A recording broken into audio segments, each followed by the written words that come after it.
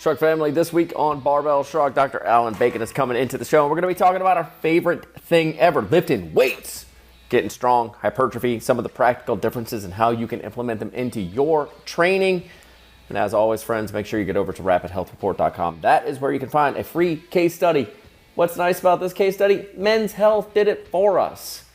That's really friendly of them. On TJ's journey through rapid health optimization, getting totally shredded, cutting his cholesterol in half, all the good things. You can access that free case study over at rapidhealthreport.com. Friends, let's get into the show.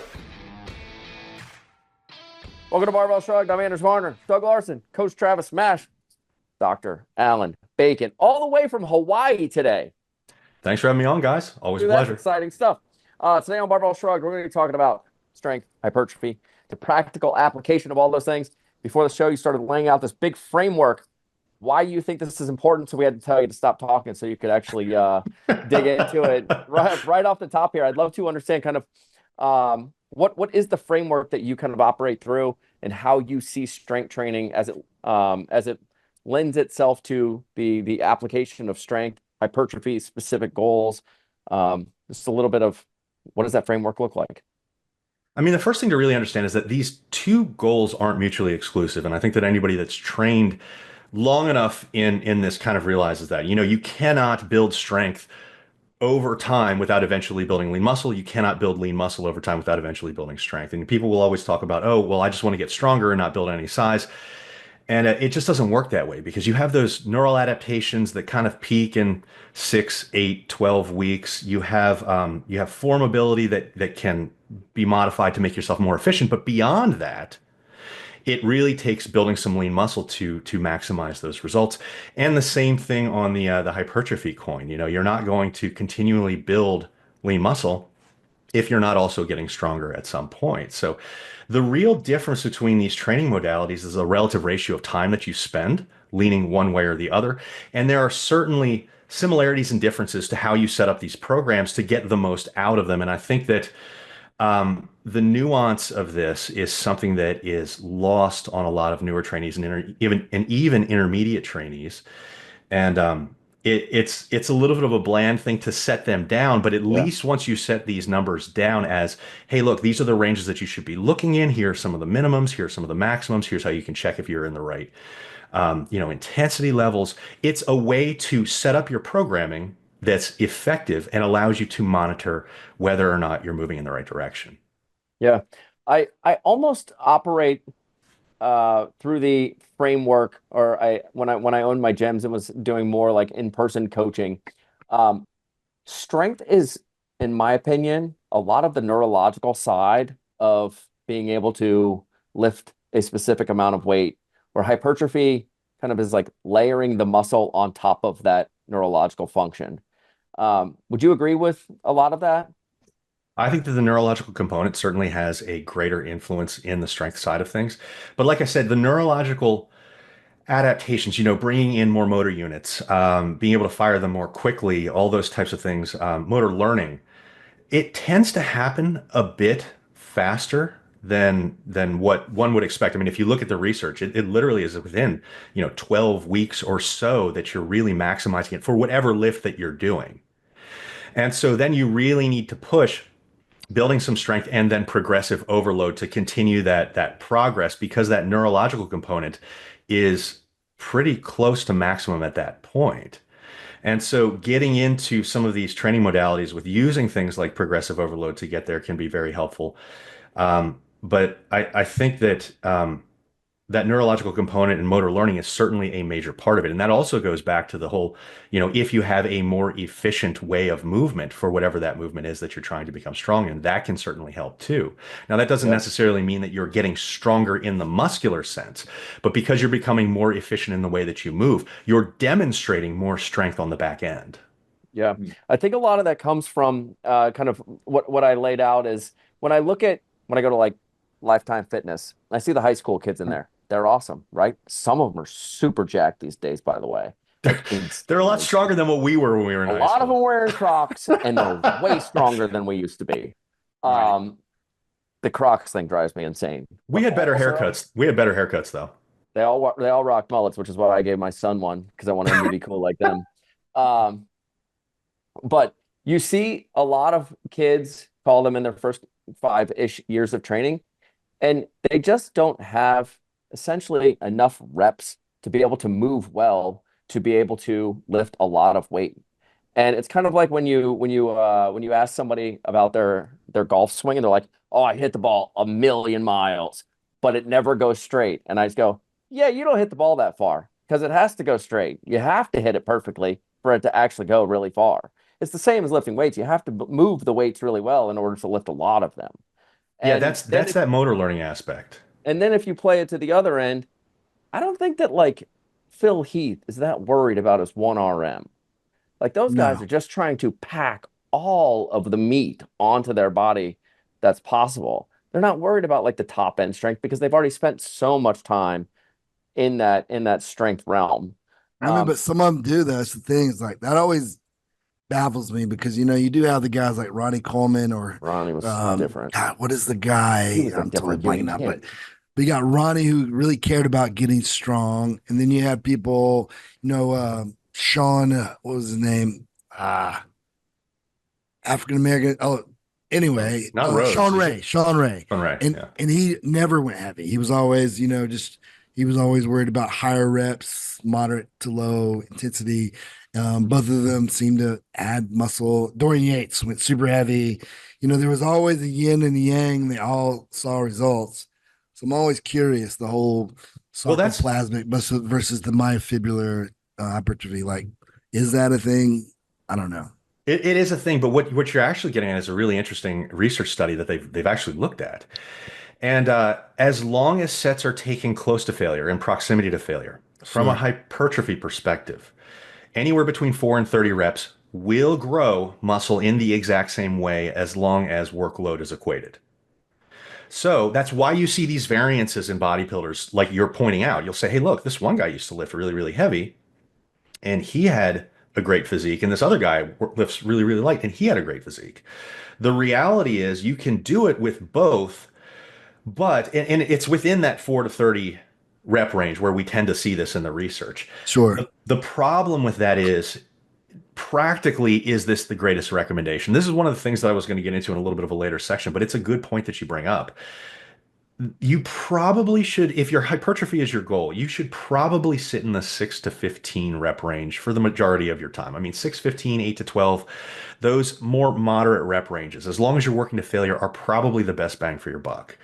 The reason being, when you're lifting those really heavy weights, you're going to have to do more sets to be able to reach that volume load. You're going to have to rest longer in between sets to be able to recover, to be able to lift that heavy ass set. And so you can reach the same hypertrophy potential. It's not going to be efficient. You're going to be spending a lot of time doing it. On the flip side of that coin, you can do the same thing with 30 reps. The problem with 30 reps is you're going to be spending a lot of time in the middle of those, working sets, hitting 30 reps, and fatigue hits more significantly for higher reps than it does for lower reps. I mean, if you ever looked at CNS fatigue data, CNS fatigue, to the surprise of most people, is not extremely significant for lifting very heavy for low reps. It tends to be very significant for lifting high reps or for extended work. And so these people that lift these very high reps, this is where they start to get really sore, they start to get really fatigued very quickly. And so you have this balance of where can I get the most stimulation for the least amount of time for the best recovery? Totally. Mm. And so that's where we tend to fall in that 6 to 15, 8 to 12 rep range. And obviously there's going to be some genetic variation in there for, what's best for you.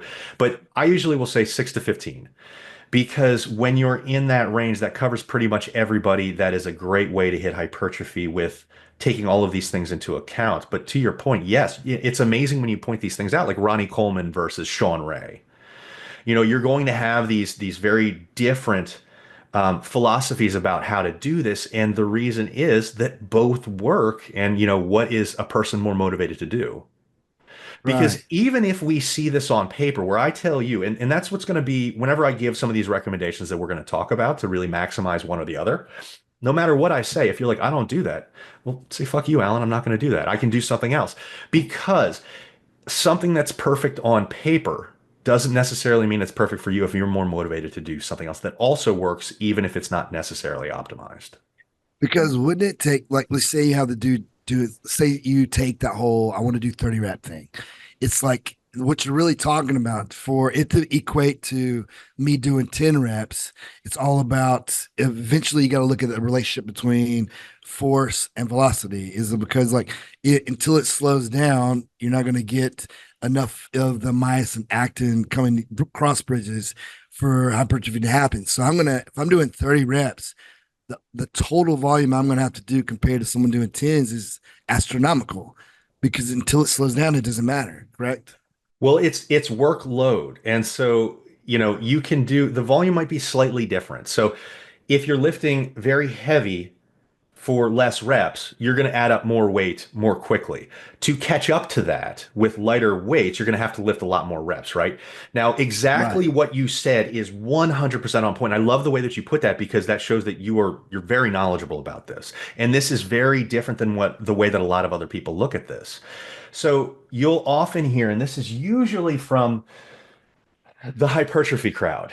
And Yeah. both the hypertrophy crowd and the strength crowd have these very weird idiosyncrasies where they're like, it's a general thing that they say. It's wrong, but it's a general thing that they say, and it's just missing the nuance. You're getting into the nuance. So we talk about time under tension, right? And you will hear the hypertrophy crowd constantly parrot more time under tension is better. And that is not the case. Right. It is a misunderstanding of the force velocity curve. Because what we want to be working, if hypertrophy is your goal, we want to be working within proximity to failure. Right. 0, 1, 2 reps for more advanced athletes, maybe up to 3 or 4, even 5 in newbie trainees. We'll still see growth. But the reason that we confuse time under tension is because as you start to get in proximity to failure, that actin myosin cross-linking slows down, Naturally, though, not naturally because I'm slows. making it slow. Yes, if you are Yeah. if you are intentionally doing this, you are actually lowering mechanical tension on the muscle, and you Totally. are Right. hurting your progress by doing that. And that's the problem with this message of time under tension, is that people will say time under tension, and then everyone will be like, well, Mm-mm. then I'll just make the eccentric like 5 seconds. That's bullshit. You are just making it harder. You're fatiguing yourself more and not achieving the mechanical tension that you could be achieving. Right. And so what you pointed out is exactly the right way to look at it. If you're actually getting near failure, your rep tempo will naturally slow down, despite the fact that you are trying to go as fast as possible. It Correct. will slow down because you're getting towards that moment of failure. And that's where the time under tension kind of makes sense. But we're misconstruing what the force velocity curve is showing us, and we are actively trying to slow down that eccentric. And what Right. it's doing is it's impairing people's gains, because if you look at the research on this, anywhere an entire rep range, not just the eccentric, an entire rep range between 2 and 8 seconds will yield the same benefits for hypertrophy as far as we currently know in the research. If you hit 10 seconds or above, you actually start to impair your benefits really badly. So, in general, my recommendation, if we're looking at hypertrophy, is make that concentric part of the phase, that contraction part of the phase, as quick as possible, and then lower the eccentric controlled 1 to 2 seconds. And that's all you need to do. You don't need to dive bomb it, but as long as you're controlling it at least 1 second, we seem to see in the research the exact same benefits to hypertrophy. And that's why we see these rep tempos of rep total rep times of just up to 2 seconds, even yielding the same benefits. And so, Totally. so what I think that you brought up there was beautiful, because this is something that people really don't understand. And it's why it's so confusing when someone comes out and they say, okay, well, time under tension is really the way that you want to go.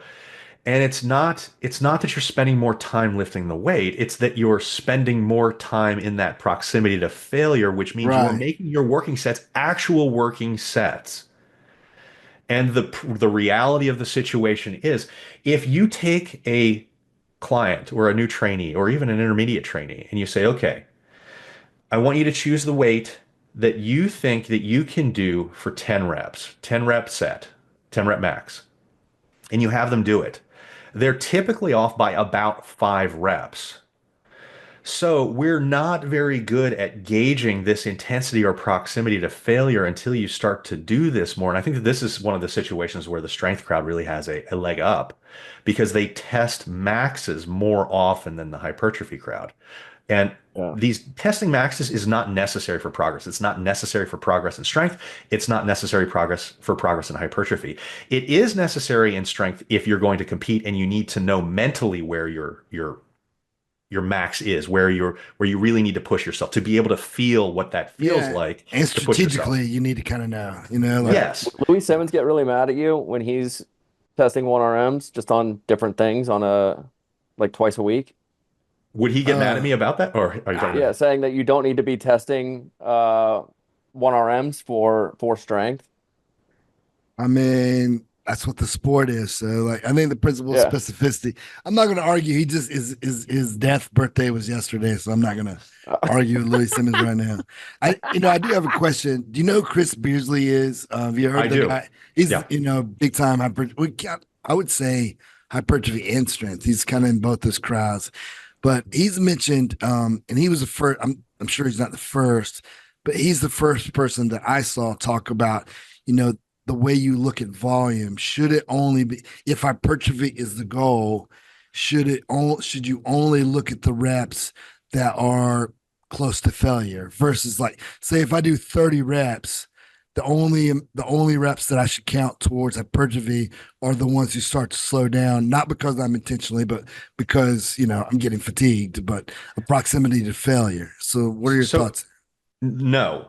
And there's enough evidence out there that suggests that the idea of effective reps is wrong. However, we can shift that slightly to actually make this make sense. So rather than thinking, okay, well, I need to count. First off, why are you counting reps? Unless you're trying to do this equate thing, because anytime we look at research and we try to say, okay, well, what's the best way to quantify volume for hypertrophy? We look at number of working sets per muscle group per week. We never really look at reps itself. And so when you say what should we only count those last reps, my answer is no, because effective reps doesn't seem to be a thing because those earlier reps do cause adaptation as long as it's above 30% of one rep max and as long as we're within those rep ranges. However, if you want to optimize it, that's where we're talking about getting towards these Right. this proximity to failure. So rather than looking at it like that, which I don't think is either practical or really overly helpful, and this isn't to get down on that question, but this is to reframe it in a way that I think is probably much more beneficial for people. Rather than looking at it like that, can we look at it as if I know that beyond the beginner stage, if I'm going to be shooting for 0 to 2 reps in reserve as my goal, as my idea of proper proximity to failure, where I'll get the most stimulation out of this set, how can we then start to view how many working sets of reaching that level I've hit? That's much more valuable to me than looking at number of reps within that proximity to failure. How many working sets did I do to get that close to the right intensity? And then you can start to set up programs based off of that. I was thinking because for that to be true, the amount of volume someone doing 30s would have to do compared to someone doing, say, sets of five, I mean, it would be like 6 times the amount of total volume, which would be absurd, I think. It is, but we have a little bit of a scarcity in the research in these super high volume things. And so when we're looking at the number of working sets per muscle group per week, we typically don't have a lot of long-term volume of people that are doing 30 rep sets. And it's Right. probably not practically relevant. And so again, this is where we're really working within that 5 to 15, 5 to 12, 8 to 12 range. Totally And agree with you. Yeah. and so you're I don't want to say misgiving. I think that everything that you've said here is I agree with, and I think that it's a wonderful way to point this out. I think that the answer is we don't have an exact answer for that when you go that high. We know that when you test these rep ranges, when the workload is equated, that they seem to work just fine. Now, if we're going to try to be using working sets as our guide for building a program, you're right. You're going to drill somebody into the ground doing 30 reps every time. But the reality is Uh, we just don't have that data to show where that cutoff is for those very high rep sets because nobody would do it. And so the answer there is, Yeah. I don't know. But if a person tries to do that off of the general recommendations for hypertrophy, they're going to kill themselves. That's what I'm saying. Totally agree. So And so we can give these general hypertrophy recommendations, and we'll get into that in a little bit. But understand, for the people that are listening to this, Travis brings up a very wonderful point of there is some nuance to this, and this is a practical recommendation, based off of what you're probably going to do. And that's not to say that you can't ever do 30 rep sets, because I think that, maybe two sets of 20 plus could be very beneficial at the end of a workout, or maybe you didn't feel like you really hit yourself really hard, or maybe you want to work on some more strength endurance, or whatever reason that you're doing it, you can do that. But I would strategically bring these in moderation, the same way that I would strategically bring in sets below maybe 3 or 4 if you don't have a real reason to do it for a powerlifting, weightlifting competition. Like I was talking about earlier, and maybe counter to Louis' recommendations, but Louis' recommendations are for competitors. And Right. so there's a difference between optimizing your progress purely from a building strength and hypertrophy perspective, and adding in those game day necessities, such as learning to grind through a 1 rep max. The reality is 1 rep maxes are not the best way to build strength. They're not. And that's not why you do them in those programs. You do them in those programs because specificity of training, like you mentioned, but mostly that mental benefit of learning to power through the suck. That's not what's going to really guide your strength progression. 3 to 8 rep sets maximize strength progression with the minimal hits to the recovery, as minimal as you can get. And so you get diminishing returns outside of those ranges, just like you get the diminishing returns outside of those ranges in hypertrophy, the 6 to 15 that I mentioned. And so there's a different way that you handle maybe how you would do this if you're not competing versus how you are competing. And there's a very real reason that programs like Conjugate would take more time below 3 reps, because you're doing something different than hyper focusing on just maximizing strength progression. Does that make sense? How right. do heavy, no, not heavy, how do moderate weight kind of singles, doubles, and triples from a velocity perspective play into this? If you're hitting singles with 70% with a little bit of band tension and it's a fast rep, you're going 0.8 meters per second or whatever it is, how does that play into strength with this model here? Travis, do you do Conjugate? I mean, I think you got to define what is conjugate. So I would say I do forms of it, but So periodization is the reason that I bring this up yeah. is this could be the most controversial topic of the entire podcast. Oh, you're okay. I'm not gonna. So- I'm not a diehard and so, anything. and I'm so, a science guy. so here's the thing. Here's the thing. The conjugate There, method? Was that basically what you said here? What'd you say? I said, was that him basically like wondering how much he can destroy the He conjugate? can go as far as he wants, man. I'm just a science guy. We're not emotionally connected to any of it. I'd love to hear All your right. real opinion. Yeah. so here's the deal. When you look at the research of this speed work and everything like that, Yeah. Conjugate, its setup is typically 4 days with strength days and speed days, right? And you're essentially asking about the speed days and how does that fit in. Speed days don't appear to help maximal strength progression. I would asking agree with you. the context of his weightlifters, for the record, not powerlifting, but weightlifting. But yes, go ahead. Weightlifting would make a lot more sense because weightlifting is a power sport. Right. And Yeah. so when you're doing that power, that would make a lot more sense. So the reason that I have to tread on like tiptoes when I talk with Conjugate people about this No, type you of thing, don't. because they're Yeah, like, what no. Louis said, and it's like Louis also injected Man, strychnine. I So like know. there are parts of Louis' process that work really, really well, and there are parts of Right. Louis' process that we should probably. Louis also did a lot of things where like he tested stuff out for like 3 months and then he discarded it, but then He- people will repeat. But Louis did this, and you're like, Louis gave up on this, and so. Yeah. So the speed work, what is the speed work doing within Conjugate?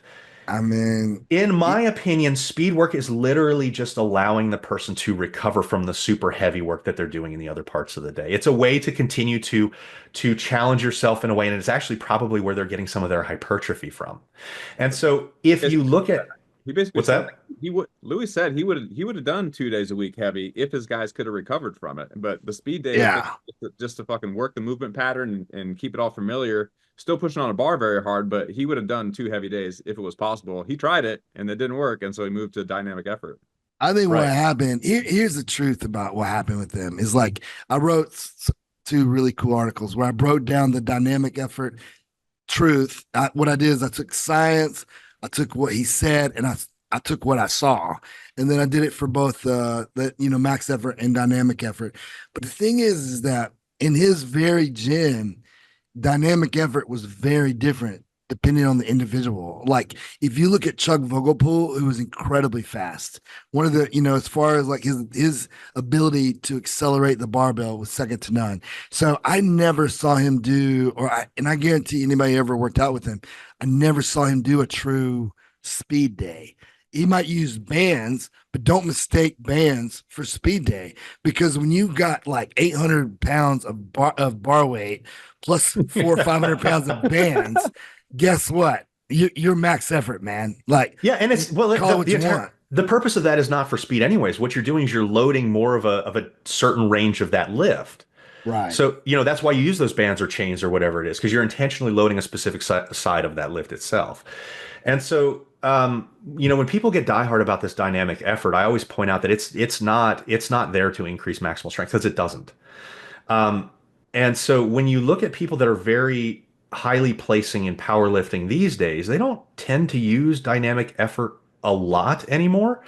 And this is where, like you said, that those really heavy days can become really problematic from a recovery standpoint. And so what they're doing is they're starting to incorporate more hypertrophy days or moderate rep days into that other part of the week, because it allows them to build more muscle, and it allows them to recover a little bit better, and allows them to work the movement patterns a little bit better under loads that are below like 90%. Totally. You're watching more and more of them too use velocity. Like you watch Lane Norton. I was watching, he's using velocity almost every time he trains now, and which keeps him from going too far, because we all lie to ourselves. No matter what we think, is like we think, oh, that's a 7 RPE. I'm like, man, that took you 10 seconds. There's no chance that was a 7 RPE. That was a dang 10.5. And so, but using velocity helps us, make sure that we're getting more frequency, more, more of the volume without necessarily breaking down or going too far. Now that the whole idea that you brought up here brings up some interesting points. When you take, there have been multiple studies that show this. If you take the neurological component out of play, and I'm saying you don't compare like a high level powerlifter to a high level bodybuilder, because there's going to be certain differences. The neurological component in the high level powerlifter is going to be much higher than the bodybuilder. The bodybuilder is going to be much higher on muscle mass. So make that equated. If you look at competitive powerlifters, and you, before the competition, put them in a body scanner, an accurate body scanner, and look at total muscle mass for that person, you can almost without fail predict where they are going to place in the competition off of muscle mass alone. Totally agree. And that is why starting to incorporate these days that cause some more hypertrophy probably make a lot more sense, and why these guys are winning, the ones that are moving away from some of these more dynamic efforts and are putting in hypertrophy days, because it allows what that dynamic effort was allowing, that recovery, but then it's also giving you this benefit that they're starting to see is really important for all of these strength athletes. Now, the flip side of that coin is that when Louis was originally designing this program, he was designing it for geared lifters. He was designing it for people wearing suits. And so coming out of the hole, whether it's a squat or whether it's bench, you're going to have some elastic potential, right? It's going to shoot off of you. So there's the possibility that when I'm looking at this data that says that the dynamic days do not add to maximal strength, this could be more appropriate for raw lifters. And it's funny because I always see raw lifters doing conjugate, but conjugate may be uniquely beneficial for geared lifters and not raw lifters, which is why we're starting to see conjugate kind of creep down in the rankings whenever you see raw lifting. But it tends to be very good for suited lifting. And so, maybe that this dynamic effort is really giving you that ability to take advantage of that elastic power off of a chest. Maybe it's taking advantage of that elastic power out of the hole in a squat. And so as long as people understand the way that you can program for these things, you can take advantage of these, different tools to give you the best results possible. And it's a really cool, nuanced discussion that we've gotten into here because I think that this is the type of thing that people never really talk about. No, I totally agree. I would say that when you're talking about muscle mass equating to who's going to win, I would totally agree. Like there's one of my athletes who's really good, but I think he needs to like trim down the body fat and really focus on, true hypertrophy. But you look at Elaine Norton, and he probably doesn't. He's going to be your outlier there because he's tall. He's in that 93 kilo class, I think it is nowadays. But he's not going to have the most muscle mass because he's obviously taller, and so he's going to have a lot of skeleton. But he's the one who's going to have to rely more on the neurological, or I guess you could say elasticity gains too, because there are tendons to they're going to be a big part of strength. That's something probably a lot of maybe powerlifters overlook, but they shouldn't. So, but he would be your only outlier. But if you look at past Ed Cohn, all the best of the best in that 220s, they were all super muscular. And you talk about Ed Cohn's only 5'5", weighing 220.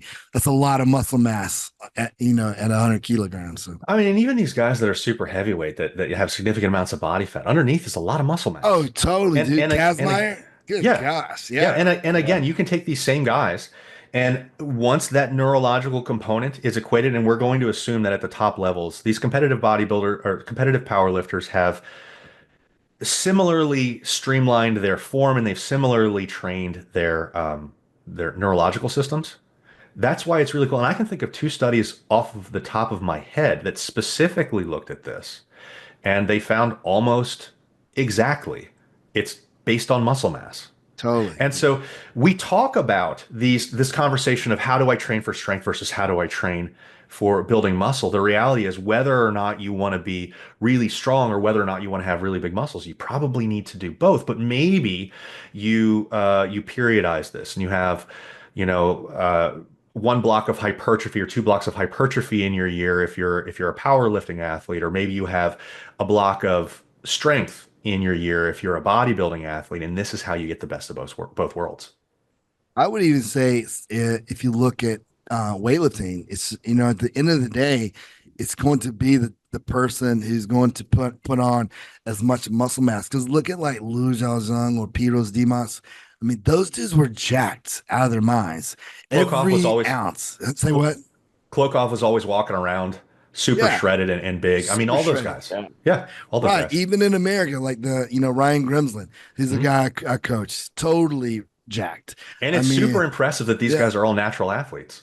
Totally. In America, don't say Klokov. Don't sit there and say Klokov. Yeah. But we need at least a 5-minute gap. In America, yes, they are. And so even like the little Hampton Morris, kid who just got a bronze medal for America, that kid has got a lot of muscle mass. That man standing on the podium and looking up at his parents. I'm not gonna say it got real dusty when I saw that for the first time, but it may have 100%. I cried a little bit, man. That was like 100%. the most like he looked at his parents like, holy crap. Yeah. Like we did it. No way. That was weightlifting's version of the Miracle on Ice, essentially. It was amazing. Especially I was there. I roomed with his dad. His dad's his coach.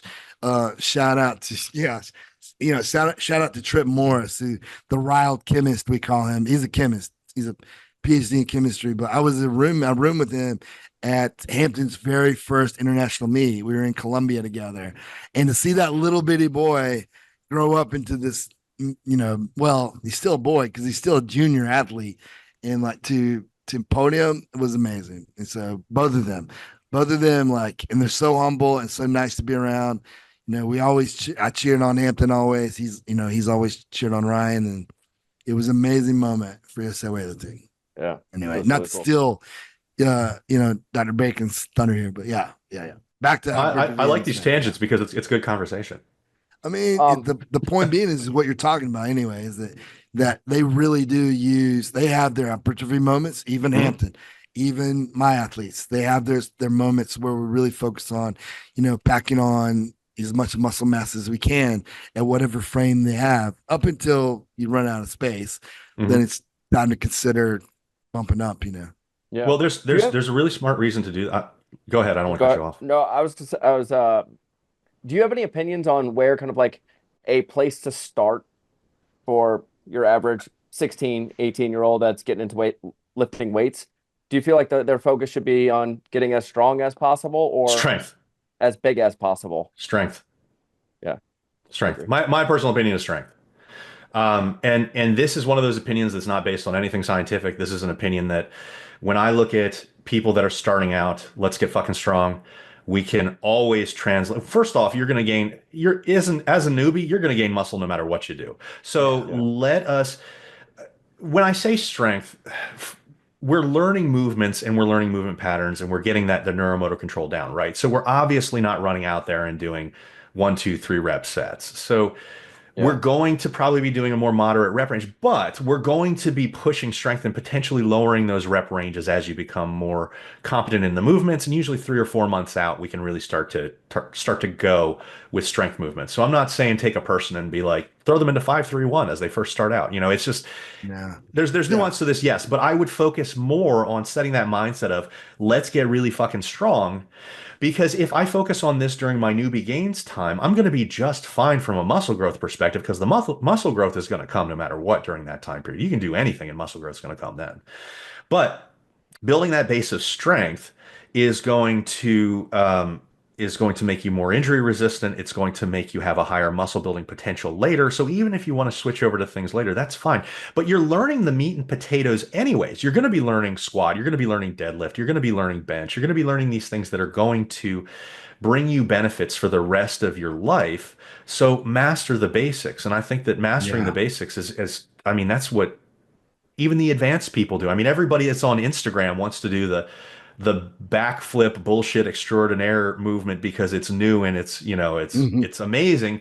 But the really successful people are doing, a pull, a horizontal push, a vertical push. Like they're just doing the standard movements because mastering those is what's most important. And I think that by starting out in a strength training type of atmosphere, you're kind of solidifying that let's get down these barbell movements, let's get down these basic dumbbell movements and some basic cable movements and go from there. And I think that that's probably the right way to go. And even if the person's goal is physique, I think that you're going to see very distinct gains in that at the same time. So I think that you're going to set them up for more success by looking at strength. Two of my former athletes are both, where I started out, like you're saying, strength. Most people who work out with me they're gonna be strength focused, whether it's weightlifting, powerlifting. But two of them now got their, what is it, the physique. Now what is it? It's the big one, the IFBB Pro Oh, I do Physique. pro card. Yeah. So they both have their pro cars in physique, but yet they started with me in what you're saying, strength. So, but the key would be learning the movement patterns properly. Make sure you, like you said, can you squat? Can you hinge? Yeah. Can you press? Can you pull Yeah. vertically, horizontally? Can you do some rotation? If you can do all that stuff, get strong, and then And do if whatever you want. And if you're a client that's looking to do things right from the beginning, I would always say look for somebody that knows how to program strength to begin with, because those people are going to put you into less bullshit while you're starting to learn. Right. And so, Right. that's anecdotal and that's kind of a dick thing for me to say, but I as a general recommendation, and I'm a hypertrophy guy at heart. As a general recommendation, I think that the strength focus during that period is probably going to do the large majority of people better than going into something with, an IG fitness model that is really super focused on hypertrophy.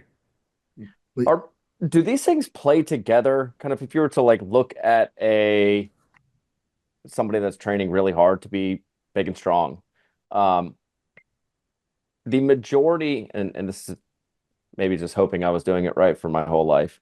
The idea that we're going to be spending, 2 to 5 reps at the beginning in your big compound back squat, deadlift, bench press, etc., for your first exercise. If you're in Olympic lifting, you're typically going to be doing your speed and power work. Then you go into some sort of strength thing.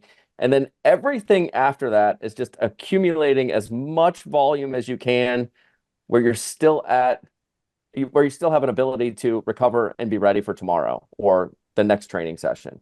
Are you when you're focused on strength or you're focused on hypertrophy, if you're actually building out a day of training or a block of training, aren't you kind of doing all of it at once, or do you really feel like they need to be kind of segmented as different blocks focused on strength or focused on hypertrophy?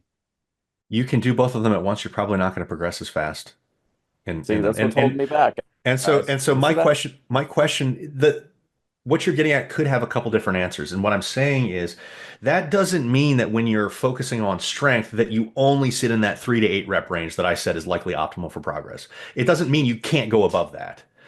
That is where your meat and potatoes are going to be, whereas 6 to 15 is likely your meat and potatoes for hypertrophy, right?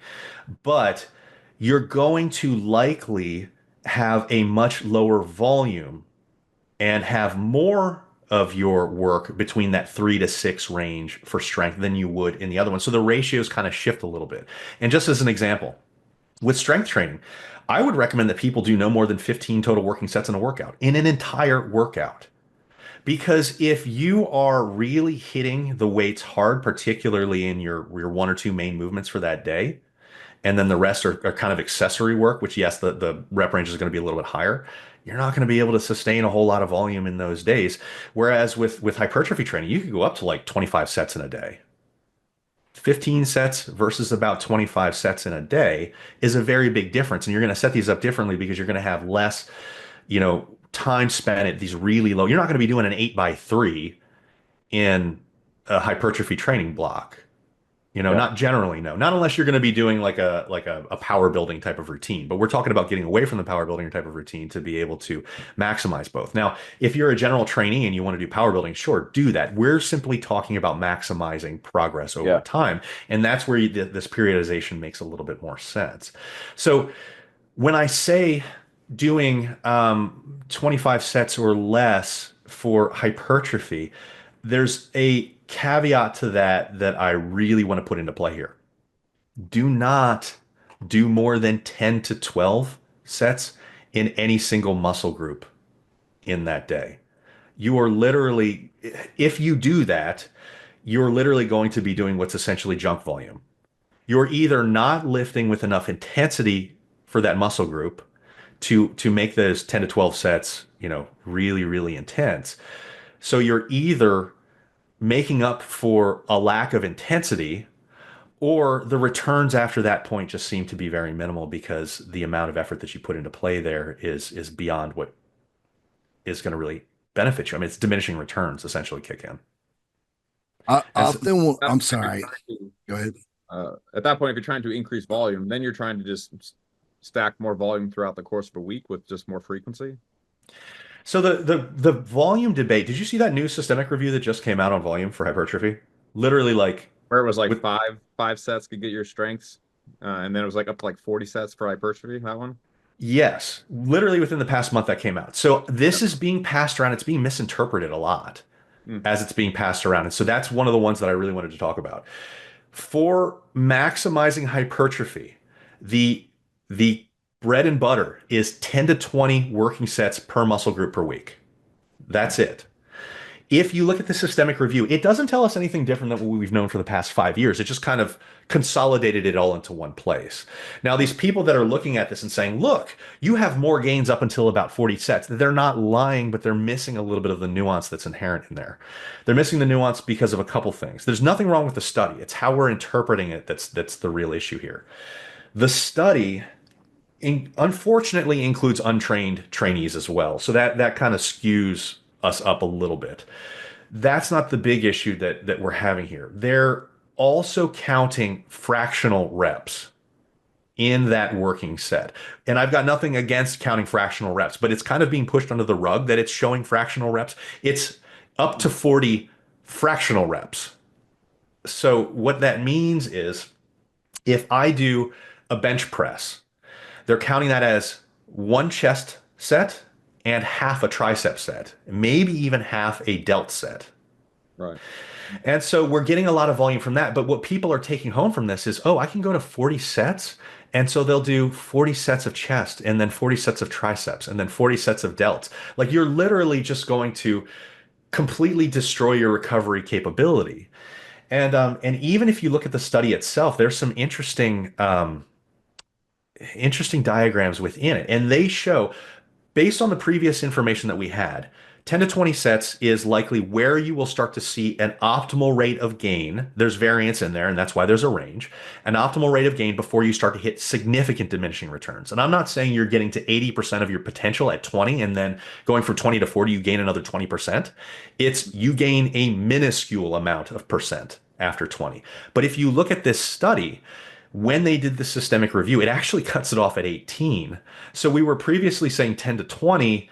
It might actually be a little bit lower than that. So everybody that's coming out and they're saying, hey, look, you can go up super, super high in volume, and not mentioning that it's fractional reps, and not mentioning that this diminishing return starts to kick in really hardcore at about 18 working sets per muscle group per week. I think that we're sending the wrong message out to people. And so what we're going to end up seeing is people that are programming these super high volume training programs. And are they going to be getting the returns that they think that they're going to be getting? No, probably not. You're probably going to be spending a shit ton of time working out that you could be spending meal prepping, that you could be spending sleeping, that you could be spending doing other things that are probably much more beneficial for your overall progress than spending 4 hours in the gym. Yeah. So does that make any sense with how that was broken down? Yeah, I couldn't even imagine at this stage of my life doing a training program with that much volume in it. No, No chance. no, it's too much. Yeah. And so, What I is miss the what is days when that optimal was though? possible. Like, can we? So you think 10 to 12 sets, 10 to 20. 10 to 20 sets for the week, but not in a Yes. day. Yes. 10 to 12 in a day. Well, so 10 to 12 is not necessarily optimal in a day. That's what I would use as my maximal cutoff. Maximal cutoff. Right. If you want to have higher frequency and you want to hit those 10 to 20 sets over multiple days and you're just doing like 6 sets per day, that's perfectly fine too. That's what would have to happen. Yeah, I'm not going to do. Yeah. 12 But I sets wouldn't in a day. I wouldn't do more than 12 sets in a day because your fatigue is kicking in, and then, it probably makes more sense to increase frequency rather than to try to grind out more reps in a single day, more sets in a single day. That would be my recommendation based off of the current research. Totally. And so the reps don't really matter. It's the working sets that are within like 1 to 2 reps in reserve type thing or whatever. As long as we're within that sweet spot range that I was talking about, that 6 to 15 reps, for strength, for hypertrophy, that 3 to 8 reps for strength, whenever we're talking about these optimal sets, as long as we're within roughly those. Now, obviously there's some room to move outside those, but it's going to be outlier work rather than something else. Maybe you put in 2 sets of 18 to do a burnout at the end of a muscle group, just because maybe you didn't feel like you hit it at everything as well as you thought when you were going to do the 10 reps. And you're like, you know what? I just want to finish this off. Okay, that's fine, because just like the systemic that just came out showed, going higher isn't necessarily going to hurt you. And it's possible that we saw some of these higher volumes, particularly in the untrained people that were included in this study, because they were nowhere fucking near failure when they were doing these sets. And so we're skewing it slightly higher on top of the fact that we have the fractional reps in play. And I'm not saying that there's anything wrong with the study. It's a perfectly good study. It's the way that it is being disseminated to people without the nuance in play that I think is really going to confuse people, because when you make the title of a slide on Instagram, up to 40 sets shows increased gains, well, what are people supposed to think? They're going to take up to, they're going to be like, okay, well, I'll do 30 sets.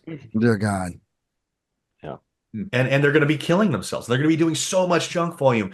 And it's not that these higher levels of volume don't return minute increases in percentage. So maybe if you're an IFBB pro, maybe taking something to 30 might make sense. You're doing a 2-a-day training, your whole life is getting in there into the gym, and you might want to eke out that extra couple percent to be able to step on stage and win an Olympia. Okay, I can see that.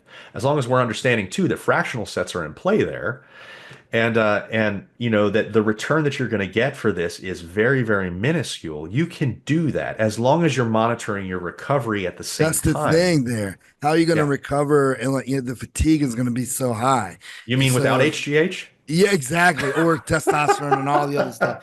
Like it would take 2 weeks to recover from something like that. If you went 30 sets all out, like the amount of time it would take for you to recover it'd be so high.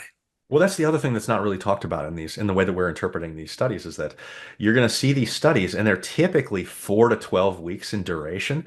Can you imagine taking 30 sets per muscle group per week over a year? Like Hell no. these people, No I sense. would be willing to bet that the people that are doing the 10 to 20 are probably progressing better long term than these 100%. people that are in like what's essentially a permanent overreaching phase. And I think that you guys probably understand that overreaching phases can be used effectively, but there's a time frame with which we can use these Right. overreaching phases before they really start to cause some negative health effects. Right. Without that, without that period of down, like, Yeah. or you don't ever get the bounce back. Yeah. So, And so sure. this kind of brings up another point that was alluded to a little bit earlier. Do you take this volume and then take it out as far as you can to your ability to recover? And I'm hesitant to say yes to that. Maximal recoverable volume isn't the same as maximal return for stimulation. And I feel that maximal recoverable volume is probably a little above where you're going to hit that maximal stimulation before diminishing returns start to really kick in. And I think that we see that in this research, which is why we have that hard cutoff of about, not a hard cutoff, but we have that soft cutoff of about 18 to 20 reps or 20 sets per week. Because when you go beyond that, I mean, especially with things like leg work, you can start to see some increased gains in like 20, 22, 24 sets. But is this really going to be something that's going to fit within people's lifestyles? Are they going to be recovering from this? I mean, we're going to keep going back to this thing because it's an integral part of programming. And is this worth the extra 1% that a person's going to get from it? And that's going to be person specific and situation specific. Yeah. You would have to be wanting to win a bodybuilding show, Yeah. but like, how Yeah. many people are doing that? And so that's where the practical recommendations that we're getting here don't necessarily align directly with what people should actually be doing when you look at these studies that are just coming out. And I'm glad that you brought that up because I was specifically thinking about this is probably something that we should address in this episode because when people hear 10 to 20 working sets per muscle group per week, they're going to be like, well, wait, last week I just saw 40 sets. And without realizing the nuance inherent there, it can be very, very confusing for people. Yeah. Dr. Bacon, it's been fantastic, sir. We need to have you Thank back you. on again. We got to do this again. That's probably one of the quickest ways to an ending of a podcast because there's so much to talk about in this Yeah. Oh, type of yeah. stuff. And I feel like we all need to go to Maui and hang out with you And get on jacked. the island and get jacked. Talk about it's a good excuse to take a vacation. Totally. any Totally. hanging out with meatheads. It's our Yeah. favorite thing to do. Well, I want to thank you guys, for having me on. It was great to be able to shoot the shit with you, and hopefully people get some practical takeaways from that. Can you give us the link to that systematic review? I would like to look at it sometime. I'd have to look that up here. I don't have it on hand. Let me see here if I can Just shoot it find over to Casey. She'll get it all set Yeah. up. And she'll send it to, will you tell her to send it to all of us? Yeah. I'd like to see it. So There you go. Let me see. Dr. Baker, where can people find? Oh, go ahead. Sorry. We can edit this part out real quick in the end. Yeah, right. The people need to know about our thinking on the spot. Tell the people We're thinking where on the they can spot. find Okay, you. here I got the study. Hold on. Oh, sweet. This is how effective I am. So it is Pelland, Pelland and colleagues. The name of the study is the Resistance Training Dose Response, Meta-regressions exploring the effects of weekly volume and frequency on muscle hypertrophy and strength gain. Sweet. I blacked out before you even finished that title. Will you send the link in the little chat right there? Yeah, let me see if I can do that. So you want me to lift the weights? Okay. Yeah. I got it. I love hypertrophy. I love it when we have hypertrophy guys on the show. I Can just know. go all It's the day. best. I know. Sean Feld. We need to have an episode where we just get them all on and let them battle a little bit. That'd be fun. Have them fight. Big Yeah. round table. Yeah. Him, Sean Um, Feld, all the dudes. Andy, like, I don't know if there would be a whole lot of fighting in that. I know, bet I think there that- would. Galpin would just agree with everybody and go, yeah, you're all kind of right. Just depends upon the person. Yeah. And Yeah, like, I don't. Just really depends. Andy'd be like, I'm too busy making a bunch of money. I don't know. Yeah. You guys are all right. That's why I have more time to argue. Yeah. I'm Yeah, not me making enough too. money, man. That's right. Mash, tell the people where they can find you, man. Mashley.com. You can go to Barbell Shrug. Yeah, you can go to Barbell Shrug and hang out with me. Go to Rapid Health and I can be your There it coach. is. So you There can you read my go. articles. You can read my articles at jimware.com. There you go. Dr. You've got Bacon, the I'm coming back to you. cool. Oh, You've got just a heads up. You've got the study in the chat right now. Sweet. And so that should be a good way for people to be able to look that up. If you guys are interested in looking at some of my work, following me on Instagram, reaching out with any questions you have, you can go to mauiathletics.com, MAUI, or look me up on Instagram at Dr. Allan Bacon, DRALLAN. I spell my name funky, so make sure you get that right, and I'm happy to help wherever I can. There you go. Doug Larson. You bet. Always enjoy learning about strength and hypertrophy. These are the easiest shows to do. Appreciate you coming on YouTube, and Douglas C. Larson. There you go. I'm Anders Varner at Anders Varner, and we are Barbell Shrugged, Barbell_Shrugged. And make sure you get over to rapidhealthreport.com. That's where Coach Travis Mash is hanging out. So if you want to learn more, get over to rapidhealthreport.com. Friends, we'll see you guys next week.